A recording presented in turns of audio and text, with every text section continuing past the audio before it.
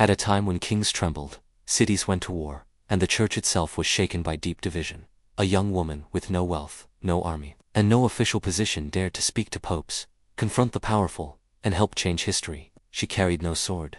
She held no throne. She commanded no crowds. Her strength came from somewhere else. Her name was Saint Catherine of Siena. Many tried to ignore her. Others feared her. Centuries later, her voice still echoes as one of the most powerful in Christian history. If you value true stories of courage and faith, subscribe to the channel, leave a like, and stay until the end. Catherine was born on March 25, 1347, in Siena, Italy, during one of the most turbulent periods of medieval Europe. She was the 23rd child in a large family. The world around her was marked by plague, political unrest, poverty, and conflict between rival cities. Death was common. Uncertainty was normal. In that difficult world, an apparently ordinary girl grew up with an extraordinary inner life. From a very young age, Catherine showed deep spiritual inclination. Ancient accounts state that even as a child, she experienced profound, mystical moments and a growing desire to belong entirely to God. While many girls her age were being prepared for marriage and domestic life, Catherine longed for silence, prayer, and radical surrender.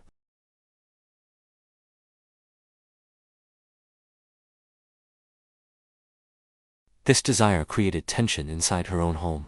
Her parents expected her to marry and follow the traditional path. Catherine resisted, not out of empty rebellion, but from deep conviction. In a society where women had very limited choices, her decision required uncommon courage. At one point, she cut off her hair and rejected adornments, showing she would not submit to imposed expectations. After years of family struggle, she was allowed to live as a Dominican tertiary, remaining in the world while dedicating herself to prayer and service.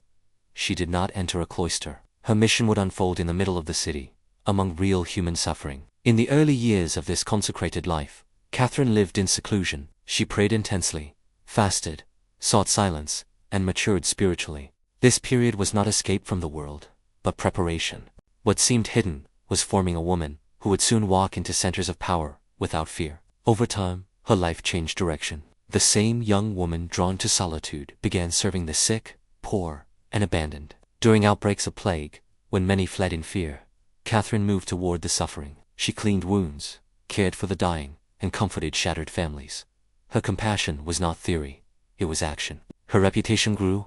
People from different social classes sought her counsel. Nobles, merchants, clergy, and ordinary workers recognized something rare in her: spiritual clarity joined to moral courage. Though she lacked formal academic education, Catherine possessed sharp intelligence and uncommon discernment. Soon, she began dictating letters to rulers, bishops, civic leaders, and influential figures. Those letters became central to her legacy. In them, she called for conversion, denounced corruption, urged leaders to responsibility, and reminded them that power without truth leads to ruin. At that time, the church was in deep crisis. The Pope resided in Avignon, France, far from Rome. The situation created political tension, weakened papal authority, and internal scandal. Many accepted the crisis as inevitable. Catherine did not. Without office, without institutional prestige, and as a woman in a male-dominated century, she did something astonishing. She wrote to the Pope urging moral reform, courage, and a return to Rome. Her language was respectful, but direct. She did not flatter power. She served truth. Many considered her too bold. Others believed it impossible that a young laywoman could influence papal decisions. Yet Catherine persisted.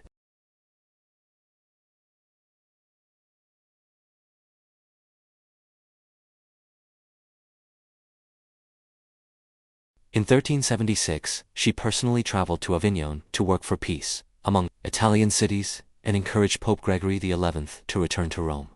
That meeting became one of the defining moments of her life. Though historians debate certain details, her moral influence in the context of the papal return is widely recognized. In 1377, Gregory XI returned to Rome, ending decades of residence in Avignon. But the crisis did not end. After the Pope's death, the Great Western Schism erupted, with rival claimants to the papacy dividing Christendom. Confusion, political manipulation, and rivalry intensified. Again, Catherine stepped into the center of the storm. She defended the unity of the Church with astonishing force. She wrote urgent letters, exhorted wavering cardinals, and called for fidelity in chaos. Her voice was not empty diplomacy. It was firm, spiritual, and urgent. At the same time, she remained deeply mystical. She dictated her best-known work, the Dialogue, a profound spiritual text on divine love, discernment, virtue, and union with God. Even centuries later, it remains an important spiritual classic. What made Catherine extraordinary was her union of contemplation and action. Many choose either prayer or action. She embraced both intensely. She spent long hours in prayer, and then entered real political crises. She served the sick and advised leaders. She wept for the sins of the world, while working for practical solutions. Her body, however, began paying the price. Severe penances, constant fasting, physical exhaustion, and emotional strain weakened her health. Though still young, she already showed signs of collapse. Even in weakness, she continued fighting for peace and the unity of the Church. Her final months were marked by suffering and relentless intercession. She died in Rome on April 29, 1380, at only 33 years old. Humanly speaking, it was a short life. Spiritually, it was immense. After her death, her influence only grew. She was canonized in 1461. In 1970, she was declared a Doctor of the Church, a title given to only a few saints whose teachings hold exceptional value for the whole Church. She was also named Patroness of Italy and Co-Patroness of Europe. Yet perhaps her greatness is not found merely in titles. It is found in what her life reveals. Catherine shows that true authority does not depend on official position. A person of integrity can speak louder than thrones. A clean conscience can confront empires. One faithful soul can influence entire ages. She also challenges modern passivity.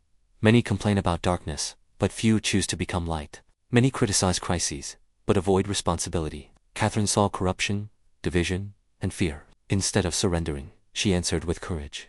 Her story teaches that holiness does not mean comfortable isolation. She entered hospitals, tense streets, difficult debates, and real conflict.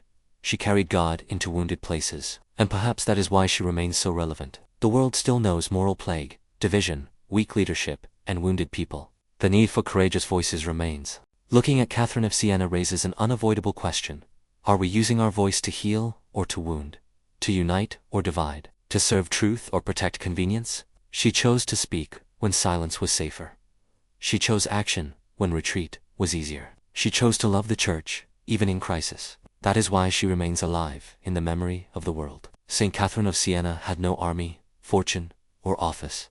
Yet, she moved consciences, strengthened the Church, and left words that crossed centuries. If this story moved you, subscribe to the channel, leave a like, and share it so more people can discover the saints who still illuminate our time.